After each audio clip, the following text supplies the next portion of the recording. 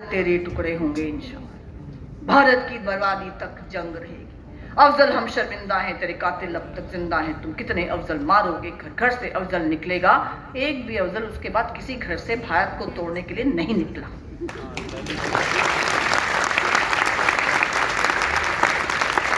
ये पता है जेल में डाल दिया जाएगा। लेकिन आप कहेंगे मैम देखिए उसमें एक डिबेट शुरू हुई। अरे फ्रीडम ऑफ स्पीच है, स्लोगन्स ही तो है, क्या हुआ बोल दिया। सॉरी, अभी देखा अमेरिका में डंडे मार मार के दौड़ाया गया था। फ्रीडम ऑफ स्पीच क्या होती है? Suppose I don't like, for example I don't like SPM college for example. मेरी फ्रीडम ऑफ स्पीच आर्टिकल 19 कहता है I don't like the building, I don't like the policies, I don't like the classrooms, they have no ACs, I don't like the water, I don't like the wash. चलेगा? This is healthy criticism, right to speech. पर अगर मैं कहूँगी ना मैं इस building को जला दूंगी, इसकी पानी की टैंकी तोड़ दूंगी, यहाँ बैठे सब लोग, नहीं चलेगा। That is hate speech. ये एग्जाम्पल इसलिए दे रही हूं, we must not have any confusion. Article 19 कहता है you have freedom of speech. Article 19(2) कहता है subject to reasonable restrictions. It can't be hate speech, it can't be to commit violence, it can't be against unity integrity of the country, you can't do contempt of court, you can't provoke anybody to do violence. ये किसी भी संविधान में, घर में क्या है, घर में बोलो मम्मी खाना अच्छा नहीं बना, चलेगा? प्लेट उठा के फेंकोगे तो तुम्हें पता चलेगा क्या चलेगा। तो जो घर में तुम्हारा रूल है वही समाज में रूल होगा, वही देश में रूल होगा। तो मैंने उस लड़की से कहा, मैंने कहा अगर फ्रीडम ऑफ स्पीच की बात करनी हो ना तो मैं ब्रूनो को पढ़ लो, सोक्रेट्स को पढ़ लो। ब्रूनो ने क्या कहा था? वेस्ट में हुआ। ब्रूनो कहता है कि बीच में सूरज है और धरती उसके आसपास घूम रही है। उस समय के वेस्टर्न प्रिंसिपल्स ने क्या कहा? नहीं, धरती बीच में है, सब कुछ उसके आसपास घूम रहा है। उसको पकड़कर बांधकर जला दिया गया। सोक्रेट्स सुना है ना? सुकरात, सोक्रेट्स, वो ऐसे कॉलेजेस में जाता था जैसे हम खड़े हैं, मैम आपके कॉलेज में आए हैं, ऐसे ही खड़े होके वो सेमिनार्स करता था। कहीं भी बच्चों के साथ चाय पे बैठ जाता था, उनसे कहता था क्वेश्चन द एस्टैब्लिश्ड बिलीफ्स, हर चीज को क्वेश्चन करो। उसको जहर का प्याला देकर मार दिया गया। इसलिए, और हमारे यहाँ कौन? हमारे यहाँ चारवाक ऋषि हुए, खाओ पियो ऐश करो, कर्ज लो और घी पियो। दूसरा जन्म किसने देखा है? जो है यही जन्म है, कर्म फल कुछ नहीं होता। He was the father of joyful living. मुझे यहाँ वेद क्या होते हैं, ये धर्म क्या होता है? कुछ नहीं होता, खाओ पियो ऐश करो। उसको भी हमने जलाया नहीं, मारा नहीं, उसको भी हमने महर्षि का औधा दिया, उसको भी आज पढ़ते हैं, उनको भी आज पढ़ते हैं। उसके बाद हमें बताया जाता है डेमोक्रेसी तो बाहर से आई। अच्छा, कहां से आई डेमोक्रेसी? सॉरी, तुम कहते हो मदर ऑफ डेमोक्रेसी जो है अमेरिका है, वहां तो राइट टू वोट ही नहीं था महिलाओं को, तो लोकतंत्र कैसे हो गया? लोकतंत्र होता है लोगों का तंत्र, लोगों द्वारा चुना हुआ तंत्र। महिलाओं के पास राइट टू वोट नहीं था तो वो तो आदमियों का तंत्र हो गया ना, लोकतंत्र कहां से हुआ? मदर ऑफ डेमोक्रेसी भारत है। भारत में महलों के बाहर घंटी लगी होती थी और लोग रात को 12 बजे भी जाकर घंटी बजा सकते थे, मेरी भैंस चोरी हो गई, और सैनिक जाते थे उसकी भैंस ढूंढते थे। आज घंटी नहीं है पर हमारी हाई कोर्ट और सुप्रीम कोर्ट में रिट ज्यूरिसडिक्शन है। यानी आपके अगर कोई भी, सपोज आपने कहीं पर अप्लाई किया, आपके पूरे मार्क्स आए हैं, पर SPM कॉलेज कह रहा है कि आपको एडमिशन नहीं देंगे और आपसे जिसके कम एडमिशन आए हैं उसको एडमिशन दी जा रही है, आप हाई कोर्ट आ जाना मेरे पास। हम केस फाइल करेंगे, हम कहेंगे my fundamental right of equality is being denied. High court तुरंत आपके फेवर में ऑर्डर कर। तो ये रिट जुरिस्डिक्शन है, anybody can move the constitutional courts. ये भारत से आया है, भारतीय संस्कृति से आया है, अमेरिका ने नहीं दिया। उसके बाद आप देखिए, आप कहीं मैम सब बातें ठीक है, बहुत सी बातें ठीक नहीं है, बिल्कुल नहीं है, ये सच्चाई है। इसलिए हमारे संविधान में एक था फंडामेंटल राइट्स, यानी equality, freedom, right to life, democracy के कुछ पड़ाव। तो ऐसी थी फंडामेंटल राइट्स जिसका हनन होता है, आप कोर्ट में जा सकते हो। लेकिन उस समय क्या था, बहुत सारी चीजों को हमने रख दिया था part 4 directive principles of state policy में। जैसे हिंदी में कोर्ट में क्यों नहीं सुनवाई होती? कोर्ट में जाते हैं, वकील कुछ चबड़ चबड़ करते हैं, वहां पर जज कुछ बोल देता है, ऑर्डर आ जाता है, व्यक्ति कहता है मैं जीता या हारा बता तो दो। अभी हम एक केस में गए थे और एक कोर्ट में केस चल रहा था, उसमें लोअर कोर्ट से हाई कोर्ट में FIR हिंदी से अंग्रेजी होकर आई थी और 5 साल से केस चल रहा है। और केस क्या चल रहा था? For example, Ram killed Shyam and Radha, Sunita and mister bamboo were standing there. अब बाकियों को नोटिस चला जाता, मिस्टर बैम्बू को नोटिस जाता ही नहीं, क्योंकि उनका एड्रेस था mister bamboo, care of agricultural field in Ambala, for example Ambala. या तो बार बार नोटिस जा रहा था, चक्कर के गवाह आ नहीं रहा। तो किसी समझदार व्यक्ति ने कहा, भैया इंग्लिश में तुमने FIR की है, इसकी ओरिजिनल हिंदी में कंप्लेंट देखो, कंप्लेंट क्या है। 5 साल से केस चल रहा है, नोटिस जा ही ना मिस्टर बैम्बू को। तो जैसे ही हिंदी में कंप्लेंट देखी, वो था राम ने श्याम को मारा, और वहां कौन कौन खड़ा था? वहां राधा थी, सुनीता थी, और वो बम्बू का पेड़ खेत में खड़ा था। यानी ऐसा अर्थ का अनर्थ हो जाता है। इतने केसेस में आपको रोज बता सकती हूं, अर्थ का अनर्थ रोज हो रहा है। टूटी फूटी अंग्रेजी के अंदर क्या से क्या किए जा रहे हैं, केस चला जा रहा है, उसका डिस्पोजल नहीं हो रहा है। आप कहेंगे हिंदी क्यों नहीं आई? आज भी हिंदी कोर्ट से बहिष्कृत क्यों है? हिंदी कोर्ट में पैर रखती है, वहां लिखा होता है नो एंट्री। ये पिक्चर जैसे एंटरटेनिंग नहीं है, पर ये सच्चाई है कि अगर आज मैं सिर्फ हिंदी जानूंगी, मैं कोर्ट में बहस नहीं कर सकती हूं, मुझे केस नहीं मिलेगा, फीस नहीं मिलेगी। क्यों? 75 इयर्स के बाद क्यों? क्योंकि हिंदी को रख दिया गया था उसके बाद नॉट इन फंडामेंटल राइट्स। अगर हिंदी में वहां कार्यवाही नहीं होगी, तब भी आप कोर्ट नहीं जा सकते। ऐसी कई चीजों को directive principles of state policy में रखा गया। क्यों? क्योंकि उस समय हमारी दशा खराब थी, तभी पाकिस्तान बना था, तभी इतना ज्यादा वैमनस्य सोसाइटी में था। अंग्रेज हमारे से सारा पैसा लूट कर ले गए थे, दशा खराब थी, पर दिशा यही होगी, इसके लिए ये directive principles of state policy बनाया गया, जिसमें दूसरा डायरेक्टिव प्रिंसिपल है गौवध पर प्रतिबंध लगेगा। ढूंढते रह जाते हो, A2 मिल्क नहीं मिलता आजकल, कैल्शियम की कमी हो रही है। क्यों हो रही है? जगह जगह पर गौवंश को काटा जा रहा है। पर directive principles of state policy कहता है there will be prohibition on cow slaughter. और ऐसे ही आर्टिकल 48 कहता है 1 लॉ 1 नेशन। आप मेरी बिंदी नहीं देखेंगे।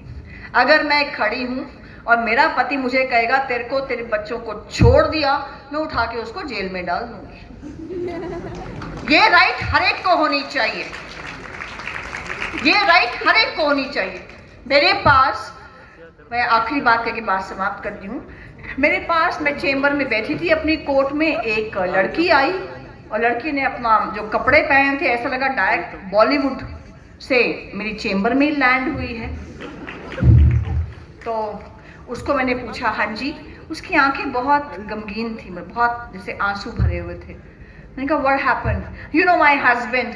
मुझे लगा मेंटेन नहीं करता होगा, मेंटेनेंस हैवी थी। मैंने कहा why he doesn't maintain you? कहते no no I maintain him. कहती है I am an air hostess. मैंने कहा ओके। तो मैंने कहा देन व्हाट्स द प्रॉब्लम? कहती है you know me and my husband were living together for 6 months। I said okay then. कहती then we got married. I said okay. तो मैंने कहा देन व्हाट्स द प्रॉब्लम, मतलब मेरे पास क्यों आई है, टाइम क्यों वेस्ट कर रही है? तो कहते no no my husband says after about a year of marriage that मैं एक और शादी करूंगा।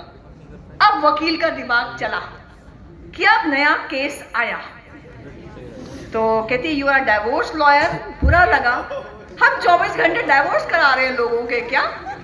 मैं कहा no no I am a lawyer who deals in divorce cases also. कहती है ओके। तो कहती है my husband is going to marry again. मैं कहा चिंता मत कर, 494 लगाएंगे सेक्शन और बाईगैमी के इल्जाम में जेल में डाल देंगे। कहते ma'am you haven't asked my name. अच्छा वकील को कोई कहो ना फैक्ट चेक नहीं किया, गुस्सा आता है। तो मैंने भी शेक्सपियर के अंदाज में कह दिया what is there in name.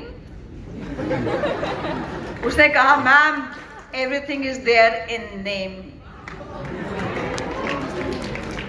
उसने कहा my name is Ayesha Bano. उसने ऐसा कहा, मैं चुप थी, पुलिस चुप थी, कानून चुप था, संविधान चुप था, हाई कोर्ट चुप था, सुप्रीम कोर्ट चुप था। और ऐसे लगा उसकी आंखें मुझसे कह रही हूँ या उसकी आंखें अपने पति से कह रही हूँ कि तलाक तो दे रहे हो कहर के साथ, मुझे मेरा शबाब भी लौटा दो इस मेहर के साथ।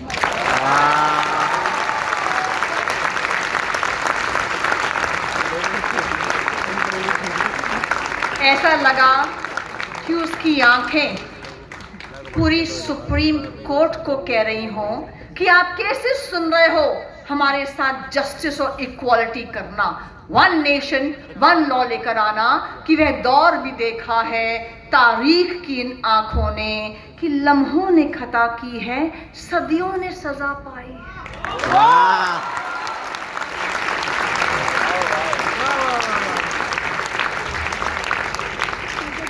और ऐसा लगा कि वो जो आंखें थी मैं आज तक नहीं भूलती, ना मैं उसके कपड़े भूलती हूँ ना मैं उसकी आंखें भूलती। 21वीं सदी में ऐसा लगा वो लड़ रही है, अपने अंदर से लड़ रही है, समाज से लड़ रही है और न्याय के लिए लड़ रही है। और हम सब कह रहे हैं कि असफलता एक चुनौती है, स्वीकार करो। क्या कमी रह गई देखो और सुधार करो। जब तक न सफल हो नींद चैन को त्यागो तुम, संघर्ष का मैदान छोड़ मत भागो तुम। कुछ किए बिना ही जय जयकार नहीं होती, हम सब कोशिश करने वालों की कभी हार नहीं होती।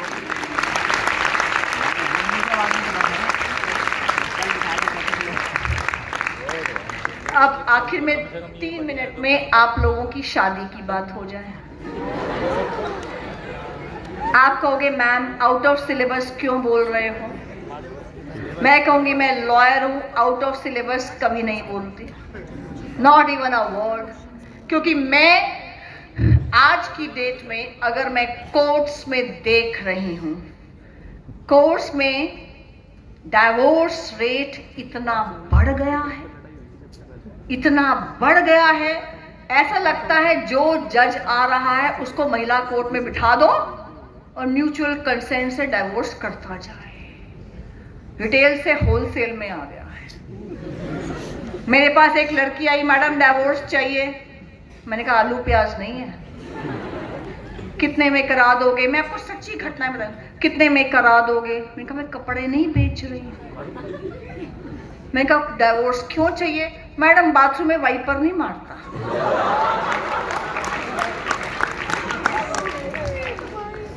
मैंने कहा और? कहते मैम गीला टॉवल बेड पर रखता है। सच्ची घटना है। मैंने कहा और? कहते 3 दिन नहाता नहीं है। मैंने कहा बेटा उसके माँ को लेकर आना। डाइवोर्स क्यों चाहिए? मम्मी समझाएगी ना बेटा साफ सुथरा रख। यानी इतने ट्रिवियल बातों पे डाइवोर्स हो रही है। मैं जहाँ रहती हूँ वहां से 4 घर छोड़कर, इट वॉज सैड, हम उनकी शादी में गए, छठे दिन फोन आ गया कि मलेशिया घूमकर वापस आए हैं, लड़का अपने घर लड़की अपने घर। क्यों? लड़की कहती है I did not like him. हमने म्यूचुअल कंसेंट से उनका डाइवोर्स कराया। ये सच्ची घटनाएं हैं। मैं क्यों कह रही हूं? क्योंकि आज की डेट में हम लोग भूल गए हैं कि आई मी माई सेल्फ, और Myntra Amazon तो है ही, और नेटफ्लिक्स और इंस्टा भी है, लेकिन इसके अलावा एक वर्चुअल वर्ल्ड के अलावा एक रियल वर्ल्ड है जहां हमें एडजस्टमेंट्स करनी पड़ेगी। लड़का लड़की खाना बनाना नहीं सीखेंगे तो भैया अपना पेट भी तो है, शादी के बाद खुद का ही भर लेना, पर खाना बनाना सीखना पड़ेगा, एडजस्टमेंट करनी पड़ेगी। और लड़कों को भी देखना पड़ेगा, घर की प्रिंसेस को शादी से पहले प्रिंसेस थी, बाद में तुम दासी बनाकर नहीं रख सकते। You have to balance. और ये बैलेंस कहां से आएगा? आखिरी 1 मिनट में, अगर आप कोई भी जो आपके घरों में विवाह होता है, शादी होती है, पंडित जी को बोलो, पंडित जी आप संस्कृत में मंत्र पढ़ रहे हो, साथ में हिंदी में बता देना। जब मैंने हिंदी के ये 7 vows पढ़ी, can you imagine, I thought of writing a book and giving it to the जजेस कि भैया ये वाव पढ़वा देना। And then we are writing a book. It's time to marry again. And marry again in Hindi. ताकि हम समझें कि हम क्या मंत्र पढ़ रहे हैं, क्या vows पढ़ रहे हैं। ये अगर पढ़ते हो, करते हो, believe me, your life will be much happier. मैं सिर्फ 7 vows बता के अपनी बात समाप्त करती हूँ। जब शादी होती है, लड़का लड़की अग्नि के आसपास बैठते हैं, वहां पर जो लड़की 7 promises लड़के से लेती है। पहला प्रॉमिस वो लड़के को बोलती है कि जो भी आप काम करोगे, जो भी आप अच्छा काम करोगे, धर्म का काम करोगे, आप मुझे इसमें इन्वॉल्व करोगे, अपनी सहभागी बनाओगे, आप स्वीकार करते हो, मैं आपके लेफ्ट हैंड साइड आकर बैठती हूं, आपके दिल के पास बैठती हूं। लड़का कहता है स्वीकार है। दूसरा, लड़की कहती है कि जैसे आप अपने पेरेंट्स को रिस्पेक्ट करते हो, ऐसे ही आप मेरे पेरेंट्स को भी रिस्पेक्ट करोगे। अगर आप स्वीकार करते हो, मैं आपके लेफ्ट हैंड साइड आकर बैठती हूं। लड़का कहता है स्वीकार है। तीसरा, लड़की कहती है मेरी तीनों अवस्थाओं में, स्टेजेस में, युवा अवस्था में, प्रौढ़ अवस्था में, वृद्धा अवस्था में, यानी यंग टाइम्स और एडल्ट टाइम्स और ओल्ड टाइम्स में आप मेरा ध्यान रखोगे। आप स्वीकार करते हो। लड़का कहता है, लड़की आकर लेफ्ट को बैठती है। चौथा पॉइंट, लड़की कहती है अब तक मटर गश्ती करते थे, यहां वहां घूमते थे, घर परिवार का खर्च कमाने का आप पर कोई दायित्व नहीं था, अब आपको कमाना पड़ेगा, आपको घर परिवार चलाना पड़ेगा। अगर आप स्वीकार करते हो तो मैं आपके लेफ्ट हैंड साइड आकर बैठती हूँ। लड़का कहता है। पांचवा, लड़की कहती है कल को जो आप खर्च करोगे, कई प्रॉपर्टी लोगे, दुकान लोगे, मकान लोगे, खर्च करोगे, परिवार बढ़ेगा, जो इंपॉर्टेंट डिसीजंस होंगे आप मुझे उसमें इन्वॉल्व करोगे, ताकि घर में भी मेरा सम्मान हो और मेरी सहभागिता बढ़े। क्या आप स्वीकार करते हैं? लड़का कहता है बाद में पूछूंगी।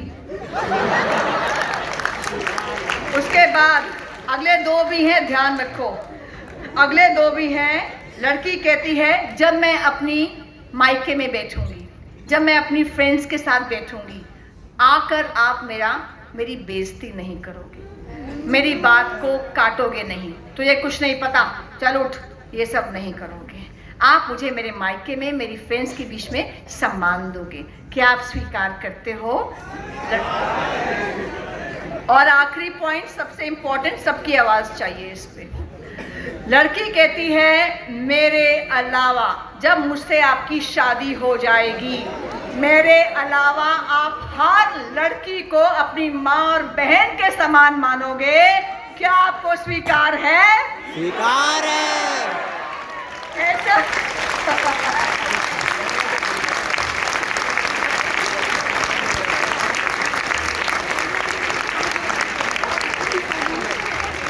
ऐसा कहकर हिंदू मैरिज में, भारतीय मैरिज में ये सारे जो प्रॉमिसेस लड़का देता है, फिर ये सारे प्रॉमिसेस लड़की देती है और विवाह संपन्न हो जाता है। एक और आखिरी चीज, कन्यादान। फॉरगेट द वर्ड कन्यादान, भूल जाओ, we don't like this word. आप कह दो कि मेरी बेटी आज से उस घर की बेटी हुई, ऐसा मान लो। लेकिन हर लड़का अपने फादर इन लॉ को 3 अंडरटेकिंग्स, 3 प्रॉमिसेस देता है। उस समय फादर कहता है मैं अपनी बेटी का हाथ तुम्हारे हाथ में दे रहा हूं। लड़का 3 प्रॉमिसेस देता है। पहला कहता है मैं लाइफ लॉन्ग इसका भरण पोषण करूंगा, मेंटेन करूंगा, पैसा दूंगा। दूसरा वो कहता है मैं इसकी रक्षा करूंगा। तीसरा वो कहता है मैं इसका सम्मान करूंगा। ऐसा कहकर पिता बेटी का हाथ उस लड़के के हाथ में दे देता है। कोर्ट्स आपको कोर्ट के अंदर इन तीनों में से सिर्फ एक चीज देती है, मेंटेनेंस। रक्षा नहीं देती, सम्मान नहीं देती। इसलिए जब भी शादी घर में हो किसी की भी, पंडित जी को पंडित जी संस्कृत में बोलो, हिंदी में साथ बोलो, and tell your parents on every marriage anniversary, call the same pandit ji. उन्हें कहिए हिंदी में इसको दोबारा दोहराइए। घर के आधे डिस्प्यूट्स सॉल्व हो जाएंगे और लड़के और लड़कियां शादी के लिए प्रिपेयर हो जाएंगे। यही है भारतीय संस्कृति। बहुत बहुत धन्यवाद।